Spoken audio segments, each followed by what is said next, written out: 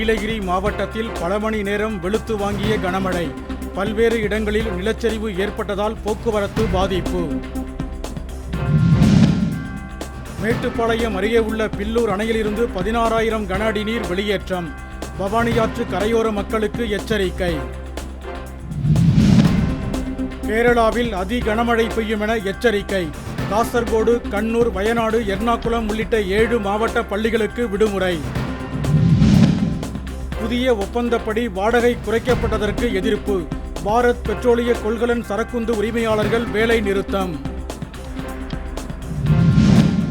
June 12ஆம் தேதி மேட்டூர் அணை திறக்கப்பட உள்ள நிலையில் இதுவரை வாய்க்கால்கள் தூர்வாரப்படவில்லை என காவிரி பாசன விவசாயிகள் புகார்.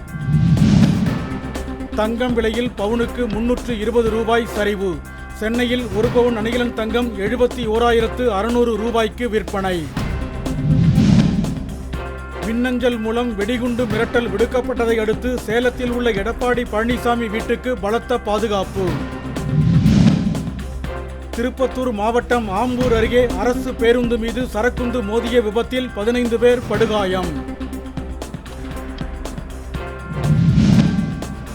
உரிமம் இல்லாமல் 2 துப்பாக்கிகள் வைத்திருந்த புகாரில் அரக்கோணம் நகர்மன்ற திமுக உறுப்பினர் பாபு உட்பட 2 பேர் கைது. 31 விழுக்காடு வெளிநாட்டு மாணவர்கள் படிப்பதால் ஹார்வர்ட் பல்கலைக்கழகத்திற்கு நிதி வழங்க முடியாது. ட்ரம்ப் திட்டவட்டம்.